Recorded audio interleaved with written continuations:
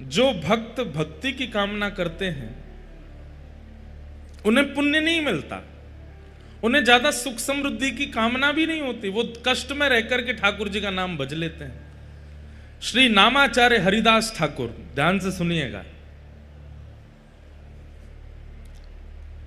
स्वामी श्री हरिदास जी महाराज जिन्होंने श्री कुंज बिहारी लाल जी को प्रकट करके हम सबको दर्शन का सौभाग्य प्राप्त किया, ऐसे ही एक श्री गौड़िया वैष्णव परंपरा के एक आचार्य चरण हुए जिनका नाम था नामाचार्य हरिदास ठाकुर। उनको नाम आचार्य कहा जाता, तो ऐसा नाम गाते थे कि उनका नाम सुनकर के जीव परिवर्तित हो जाते थे। और आश्चर्य की बात, जैसे सालबेग अपने पूर्व भाव से मुस्लिम हैं, ऐसे ही श्री हरिदास ठाकुर भी पहले एक यवन कुल में जन्मे, लेकिन उन पर नाम का ऐसी कृपा हुई, ऐसा प्रभाव हुआ कि नाम का स्मरण करते करते उन्होंने कितनों का आचरण, कितनों का उद्धार कर दिया। तो उनके विषय में एक कथा आती है कि एक मुस्लिम यवन राजा को पता चला कि हमारे कुल बिरादरी का ये बालक है और ये उनकी भाषा में हम लोगों को काफिर कह देते हैं, जब जिसका अर्थ अच्छा नहीं होता। उनकी भाषा में ये एक प्रकार से अशुभ शब्द है, और वो कहीं ना कहीं हरिनाम जपने वालों को, ठाकुर जी को भजने वालों को और गैर उनकी परंपरा का पालन करने वालों को वो इसी शब्द से बुलाते हैं। तो वो राजा जो था, यवन राजा, उसने कहा कि हमारी कुल बिरादरी का ये बालक और जो यवन होते हुए ये हरिनाम गाता है, काफिरों के भगवान का नाम गाता है। अपनी पूरी सेना से कहा कि उसको कैसे भी परिवर्तित करो। खूब लोभ दिए, लेकिन हरिदास ठाकुर ने नाम नहीं छोड़ा। तो फिर राजा ने कहा कि एक काम करो, इनको सूली पर चढ़ा दो। ध्यान से सुनिएगा। तो फिर किसी ने कहा कि सूली पर चढ़ाने पर तो बड़ी आसान मृत्यु हो जाएगी, लटकेगा, मर जाएगा। ऐसे ऐसे अपने कुल बिरादरी का त्याग करने वाले, काफिर बन जाने वाले को तो बहुत दर्दनाक मृत्यु देनी चाहिए। तो बोले क्या दें? बोले बाजार में घुमा घुमा के, हाथ पैरों में हथकड़ी बेड़ियां बांध के, और लोहे की जो क्या बोलते हैं उसको, जो मारते हैं, क्या बोलते हैं, क्या बोलते हैं,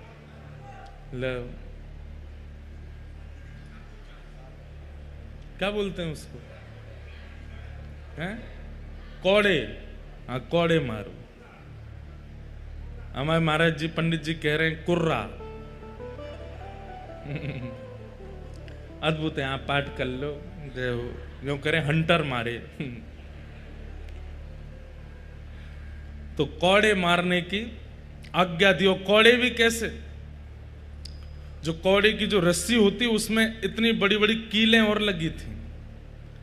बोले भरे बाजार में सबको दिखाते हुए, ताकि दहशत बन जाए कि आज के बाद हरिनाम गाने वाला कोई भी दिख गया तो उसकी यही गति की जाएगी। ले जाओ उसको, भरे हाथों में हथकड़ियां, पैरों में बेड़ियां बांध दी, ले गए हरिदास ठाकुर को। और ले जाकर के जब कौड़े मारने लगे, कौड़े मारते हैं, हरिदास ठाकुर कहते हैं चाहे जो कर लो, मैं हरिनाम नहीं छोड़ूंगा, मैं प्रभु नाम नहीं छोड़ूंगा। और जितनी तेज मारते हैं उतनी तेज मुख से हरिनाम निकलता है। मारने वालों के पांव पूछते हैं। बोले तू पूछता क्यों, हम तुझे मार रहे हैं? बोले क्योंकि इससे पहले मैंने बहुत प्रयास किया कि मैं खूब ऊंचे स्वर में हरिनाम गाऊं, पर इतना ऊंचा स्वर मेरा पहले कभी नहीं निकला जितना ऊंचा स्वर कौड़े पड़ने से निकल रहा है। और मारो और मारो, मेरा स्वर ऐसा निकले कि मेरा ये गले का जो स्वर है ये फट जाए हरिनाम गाते गाते। सब देखते रहे, घबरा गए, अपने बच्चों को ले लेकर के घरों में भाग गए। बच्चे घबरा करके मां से पूछ रहे हैं ये क्यों पिट रहे हैं? बोले क्योंकि इन्होंने काफिरों के भगवान का नाम गाया है। लेकिन कुछ लोगों के चित्त में विश्वास प्रकट हो रहा है। इतनी पीड़ा के बाद भी हरिदास ठाकुर नाम नहीं छोड़ रहे। कहते हैं भगवान के सुदर्शन जी को इतना क्रोध आया कि जैसे आकाश में एक सूर्य है, उसी समय दूसरा सूर्य प्रकट हो गया, और वो दूसरे सूर्य नहीं है, साक्षात सुदर्शन जी महाराज प्रकट हो गए। और जैसे ही वेग से आक्रमण करने लगे उन यवनों के ऊपर, हरिदास ठाकुर हाथ जोड़ करके प्रार्थना करने लगे, हे सुदर्शन जी महाराज, इन्हें मत मारो, मैं आपके हाथ जोड़ता हूं, मैं आपके पांव पड़ता हूं, इन्हें मत मारो। सुदर्शन जी बोले, ये इतनी पीड़ा दे रहे हैं, हरि भक्त को, हरिनाम गाने वाले को तुम्हारा क्या अपराध है? तुमने इनका धन नहीं चुराया, तुमने इनका कुछ नहीं लिया, तुम केवल हरिनाम अपनी कुटिया में बैठ करके, और ये इतनी पीड़ा दे रहे हैं तुम्हें। सुदर्शन जी महाराज बोले, इनको जला करके भस्म कर दूंगा, दूर दूर तक दिखाई नहीं देगा कोई भी यवन। हरिदास ठाकुर कहते हैं, महाराज ये कलयुग है, ये सतयुग नहीं है, ये त्रेता नहीं है, ये द्वापर नहीं है। सतयुग त्रेता द्वापर में हे सुदर्शन जी महाराज आपने खूब उद्धार किया है, अब उद्धार नहीं, अब तो स्वीकार करना है सबको। मैंने आज तक जितने भी नाम जप किए हैं, उन सब नामों का प्रभाव, उन सब नामों का फल इन यवनों को दे दो, जैसे मैं यवन कुल का होकर के आज हरि नाम गा रहा हूं। हे सुदर्शन जी महाराज, आप अपनी कृपा दृष्टि से अगर इनको देख लेंगे तो ये भी हरि नाम गाने लगेंगे। अब उद्धार नहीं करना है, अब तो स्वीकार करना है। कहते हैं इसीलिए महाप्रभु जगन्नाथ जी के बगल में सुदर्शन जी महाराज को आप देखेंगे तो यहां चक्र रूप में सुदर्शन जी नहीं है जगन्नाथ जी के बगल में, एक दंड रूप में, केवल एक डंडे के रूप में सुदर्शन जी महाराज खड़े हैं। वो नुकीली धार, वो उनका वेग स्वरूप, वो उनका आक्रामक स्वरूप क्यों नहीं है जगन्नाथपुरी में? ऊपर नील चक्र विराजमान है, लेकिन महाप्रभु जगन्नाथ जी के बगल में आयुध रूप में, जहां आयुध रूप में चक्र रूप होना चाहिए था, वहां पर डंडे के रूप में खड़े हैं, बिल्कुल नुकीले नहीं हैं। क्यों? क्योंकि ये कलयुग है, यहां उद्धार नहीं, यहां स्वीकार करना है। चाहे कितना भी पापी हो, कितना भी कठोर पाप कर्म करने वाला हो, महाप्रभु जगन्नाथ जी ने आज्ञा दी है सुदर्शन जी को कि यहां मारना नहीं है, यहां पर तारना है, स्वीकार करना है। ऐसे नामाचार्य श्री हरिदास ठाकुर कहते हैं कि एक बार उनके, वे भी जगन्नाथपुरी आए थे, श्री चैतन्य महाप्रभु के साथ में यहां विराजमान रहे, खूब ठाकुर जी का, श्री जगन्नाथ महाप्रभु का खूब नाम गाया। उनके ऊपर कलंक लगाने के लिए, अब ये मारपीट से नहीं नाम छोड़ रहे थे तो फिर दूसरा उपाय अपनाया। क्या उपाय अपनाया? वो जिस कुटिया में बैठ करके भजन करते थे वहां पर एक वैश्या भेज दी, और वैश्या से पहले से ही कहकर के भेजा कि तुम जाकर के इन हरिदास ठाकुर के साथ में ऐसा व्यवहार करना, ये जैसे ही तुम्हारा स्पर्श करें जोर जोर से चिल्लाना, हम सब लोग तुरंत वहां आ जाएंगे और इनका दुर्प्रचार कर देंगे पूरे नगर में। तो दुर्प्रचार होने के कारण ये भीड़ जो लगती है इनके पास में, ये भीड़ खत्म होगी और लोगों नाम वाप जपना बंद कर देंगे। तो वैश्या वो बोली, ये तो मेरे बाएं हाथ का खेल है। कितनी आयु है इनकी? बोले 25-26 साल के हैं। बोले अभी जाती हूं। वैश्या आई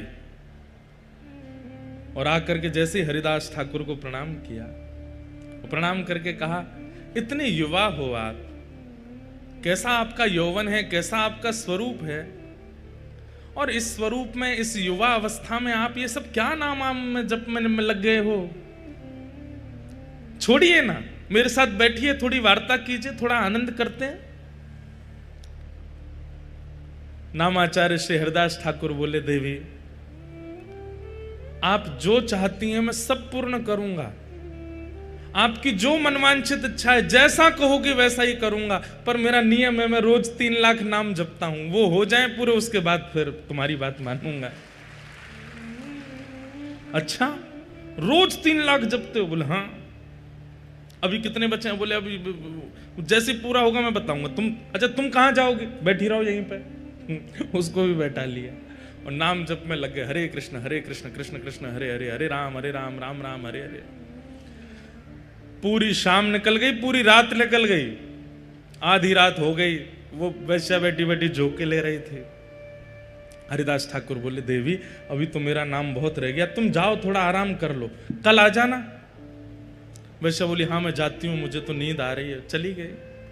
वो यवन जो थे सब बाहर मिले, क्या हुआ, हम इतनी देर से प्रतीक्षा कर रहे हैं, तुमने आवाज नहीं लगाई। अभी पहला दिन है, थोड़ा परिचय हुआ है, उसने कल फिर बुलाया है मुझे, कल होगा, कल मैं आवाज करूंगी, सब आक्रमण कर देना। वैश्य अगले दिन फिर आ गए। जैसे ही आकर के बैठी, हरिदास ठाकुर नाम जप कर रहे थे, तुरंत आकर के बैठी, अरे अब छोड़िए ना, क्या भजन कर रहे हैं। देवी कल के 3 लाख तो सुबह पूरे हो गए, आज के 3 लाख अभी चल रहे हैं, पहले ये पूरे हो जाएं, इसके बाद मैं तुम्हारी बात सुनूंगा ना। सब लोग इधर देखो, इधर देखो, यहां देखो, हम यहां क्यों बैठे हैं, वो सब व्यवस्था चल रही है, इधर देखो आप लोग,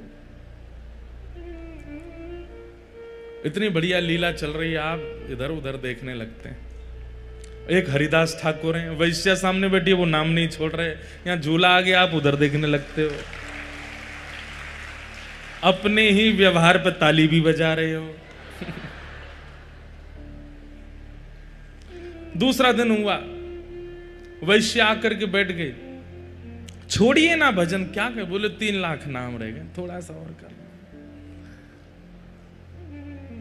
हरिदास ठाकुर पता है क्या करते हैं, उसको तो बोल देते हैं कि मेरे 3 लाख नाम रह गए, तू बैठ, और नेत्र बंद करके ठाकुर जी से प्रार्थना करते हैं, मेरे प्रत्येक नाम का फल ये वैश्या का मन परिवर्तित हो जाए, इसके मन में जो भाव, जो व्यवहार, जो विचार हैं, ये आपकी हो जाए नाथ। ये जितना प्रयास मुझे रिझाने में कर रही है, उतना प्रयास आपको रिझाने में करने लगे, हे नाथ मेरे नाम का पूरा फल इसको मिल जाए।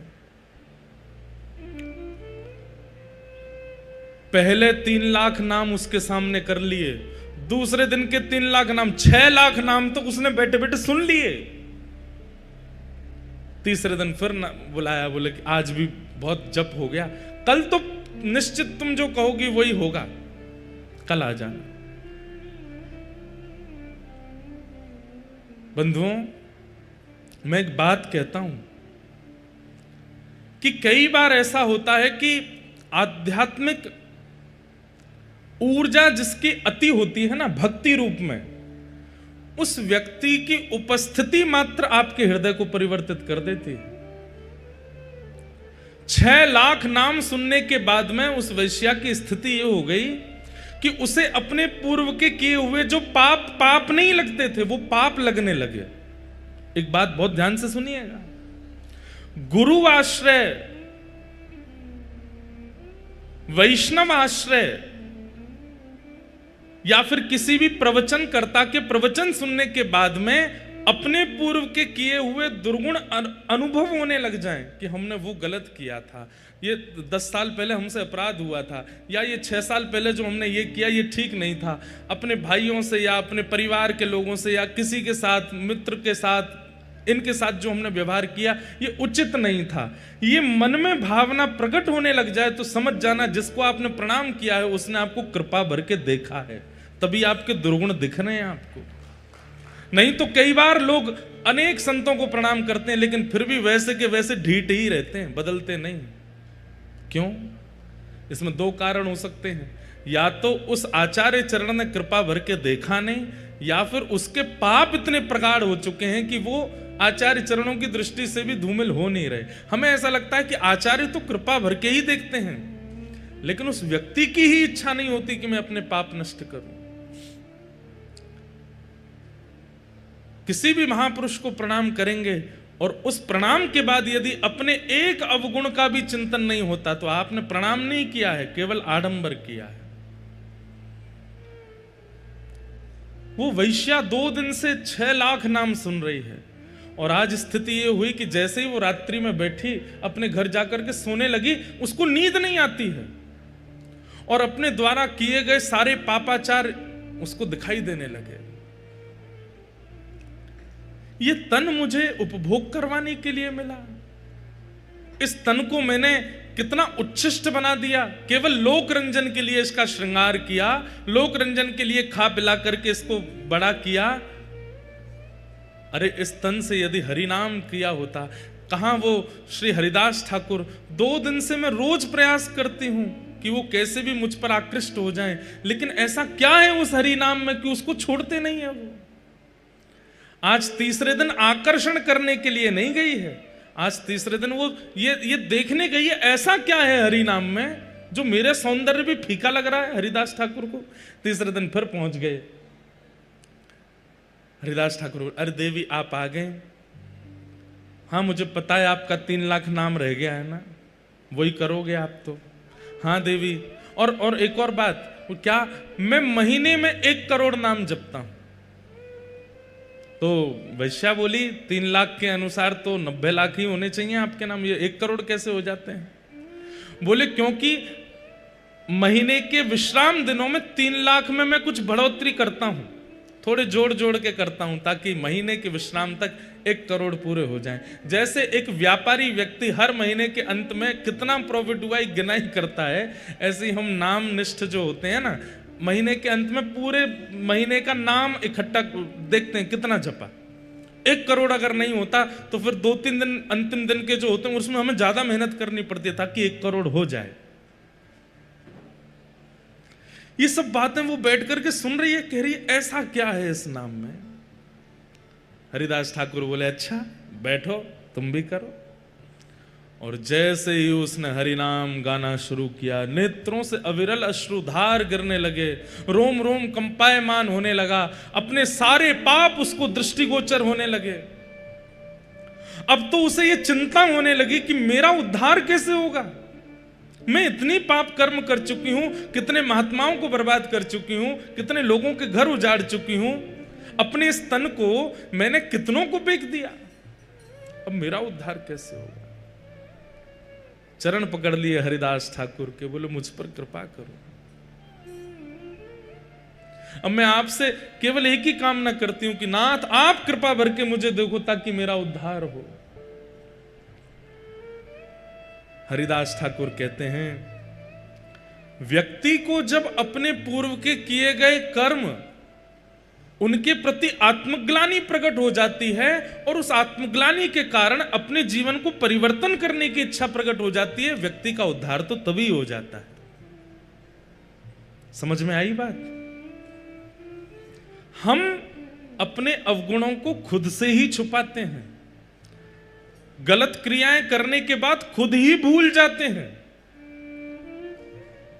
लेकिन जिस दिन हमें अपने कृत्य का अनुभव होता है और अनुभव करके हम स्वयं ही चिंतन करते हैं कि ये गलत था, वास्तव में मानिए कि उसी दिन ठाकुर जी की कृपा हुई है कि आपके मन में चिंता प्रकट हुई कि ये गलत था, इसका सुधार करना पड़ेगा।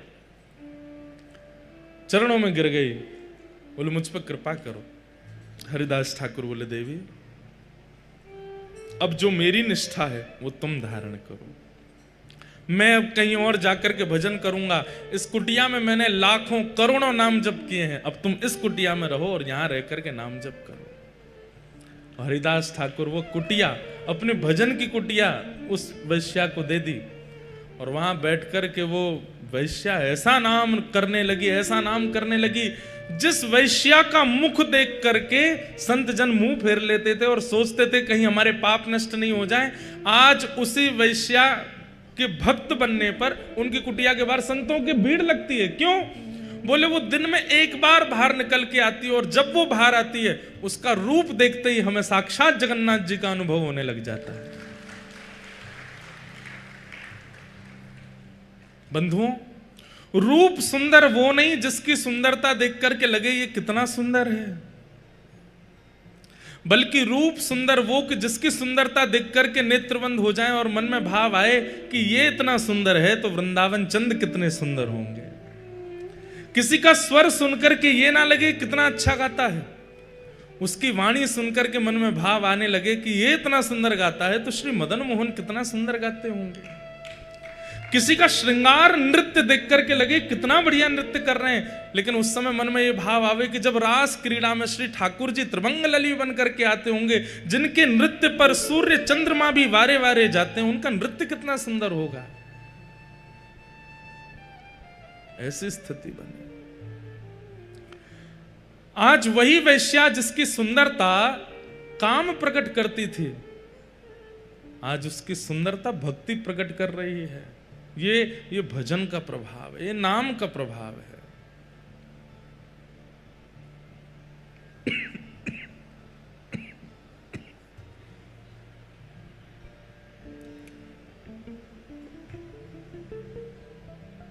नाम का प्रभाव।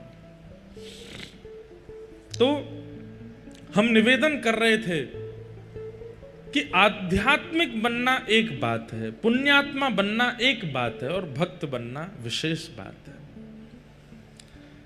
कथा का उद्देश्य, महाप्रसाद सेवन का उद्देश्य,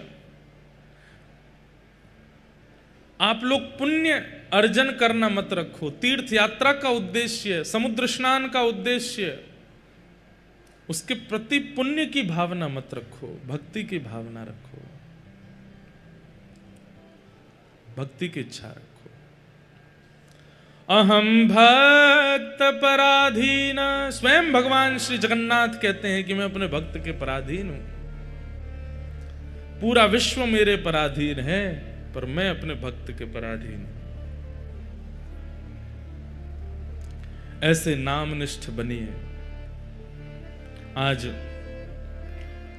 सुबह प्रभात फेरी का क्रम हुआ, कल से ही क्रम चल रहे हैं। कल संध्या में महाप्रभु जगन्नाथ जी को व्यासपीठ और श्रोताओं की ओर से ध्वजा जी का भाव प्रस्तुत किया। कितना आनंद आया। महाप्रभु जगन्नाथ जी ध्वजा धारण करते हैं। आपको पता है ध्वजा पे सूर्य चंद्र बने हैं महाप्रभु जी के।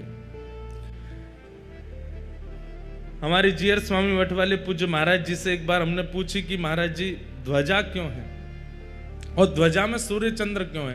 तो महाराज जी ने बहुत सुंदर उत्तर दिया कि सूर्य चंद्र भगवान के नेत्र हैं, तो ध्वजा में सूर्य चंद्र विराजमान होकर के ठाकुर जी पूरी तरफ अपनी दृष्टि घुमाते रहते हैं, देखते रहते हैं। कोई कष्ट में तो नहीं, कोई दुखी तो नहीं, कोई पीड़ित तो नहीं।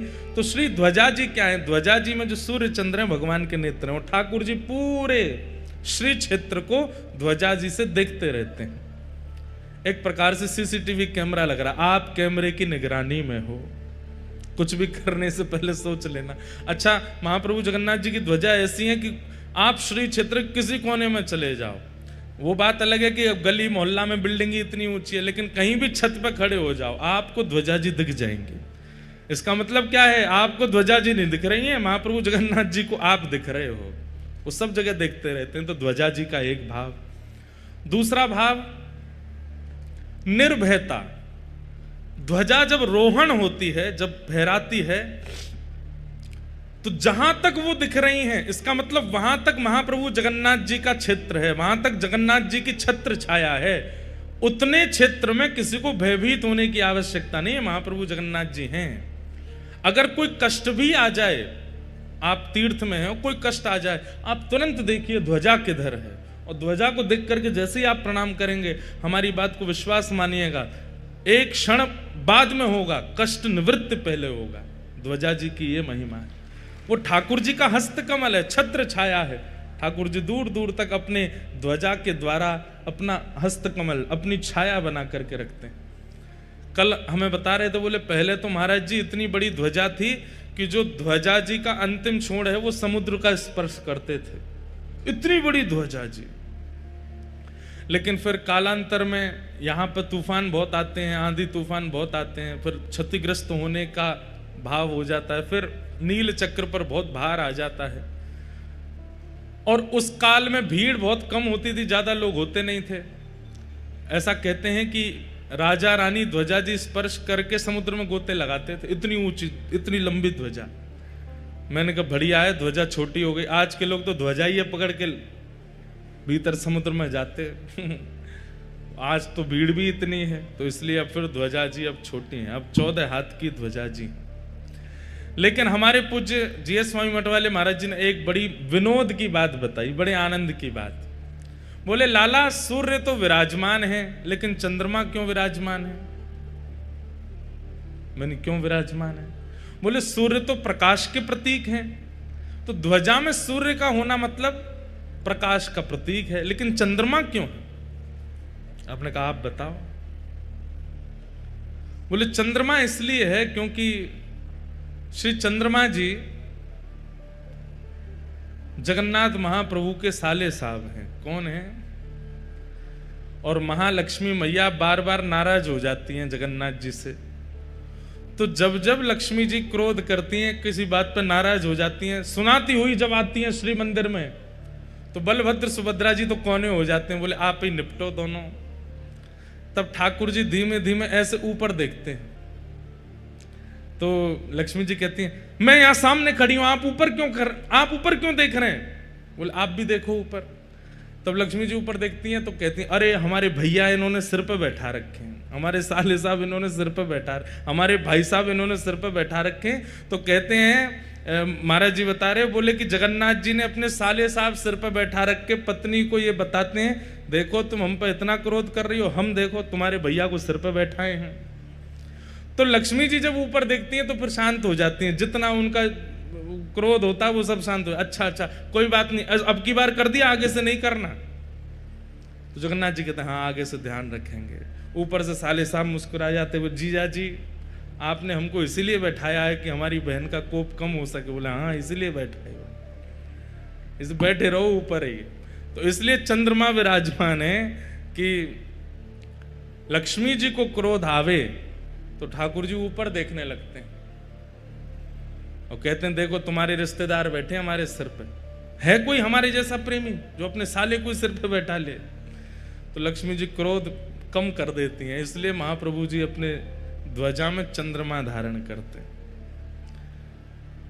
ध्वजा धारण कराने के कई भाव हैं। कल बड़े प्रेम से हम आप सब लोगों ने महाप्रभु जगन्नाथ जी को ध्वजा धारण कराई, महाप्रभु जी बड़े प्रसन्न। आज जब सुबह प्रभात फेरी हो रही थी तो जैसे सामने से आपने देखा महाप्रभु, हम उसी मार्ग से आए थे यात्रा में, तो मैं आज कह ही रहा था, चिंता हो रही थी, हम जो बाइक चला रहे उनसे बोले मैंने आज ध्वजा जी लहरा नहीं रही।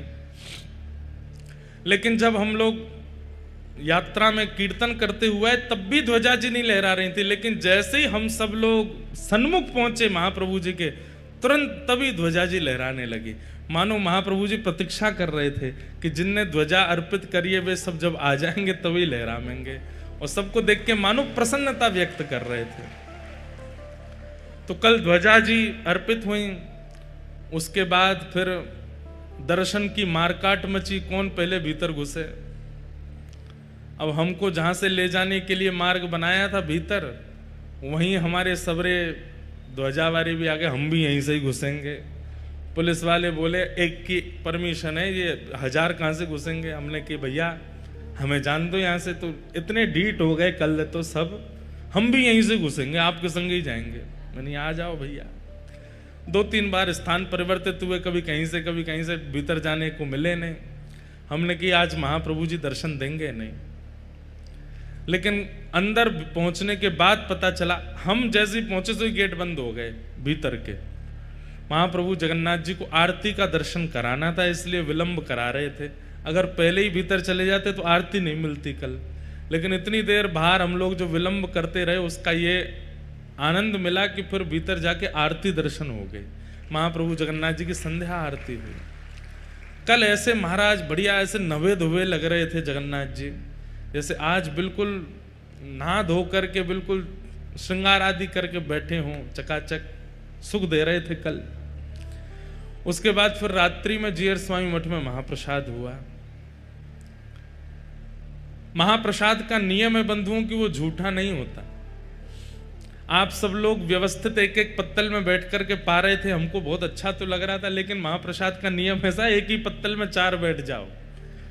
एक दालमा को महाप्रसाद में मिलावे, दूसरा उठा के पाले, ऐसे पाया जाता है महाप्रसाद। तो और ये सुख यही, बाकी और कहीं भी आप पाएंगे तो वहां आपको बड़ी मर्यादा से ही पाना पड़ेगा। झूठा नहीं उठा सकते, हाथ आपको कहीं भी नहीं लगा सकते, स्पर्श का भाव है, सब चीज अपरस में रहनी पड़ती है, प्रसाद एक ही हाथ से पाना पड़ता है सब कुछ।